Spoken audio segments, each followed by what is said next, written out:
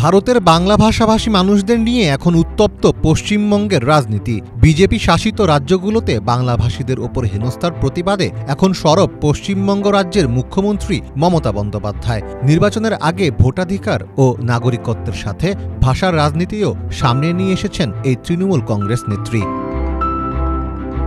২১ জুলাই শহীদ দিবসের মঞ্চ থেকে ভাষা আন্দোলনের ডাক দিয়েছেন মমতা। এদিন তিনি অভিযোগ করেন, কেন্দ্রের বিজেপি সরকার সার্কুলার জারি করে বাংলা ভাষাভাষী মানুষকে বাংলাদেশে পাঠানো ও জেলে ভরে রাখার ষড়যন্ত্র করেছে। মমতার দাবি, জাতীয় সঙ্গীত থেকে রবীন্দ্রনাথ ঠাকুর, নজরুল ইসলাম, বঙ্কিমচন্দ্র চট্টোপাধ্যায়ের জন্ম যে বাংলায় হয়েছে, সেখানকার ভাষার উপর আঘাত এলে তা মানা হবে না। প্রয়োজনে নির্বাচন কমিশন ঘেরাও কর্মসূচি দেওয়া হবে। বাংলায় কথা বলার জন্য ভারতের বিভিন্ন রাজ্যে হেনস্থার অভিযোগ নিয়ে তীব্র ক্ষোভ প্রকাশ করে তিনি বলেন, বাংলা ভাষার ওপর আক্রমণ হচ্ছে, বাংলা ভাষার ওপর সন্ত্রাস চলছে। এরই প্রতিবাদে আবার ভাষা আন্দোলন হবে বলে ঘোষণা দেন তিনি।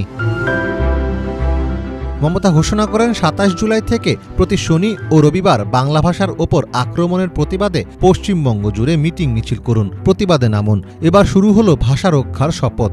এই আন্দোলন চলবে আগামী নির্বাচন পর্যন্ত। তবে মমতাকে জবাব দিতে এরই মধ্যে মাঠে নেমেছে বিজেপি। তৃণমূলের একটি পুরনো ২০১৫ সালের টুইট আলোচনার কেন্দ্রবিন্দুতে উঠে এসেছে, যেখানে তৃণমূলের পক্ষ থেকে উর্দুকে দ্বিতীয় ভাষা করার দাবি জানানো হয়েছে।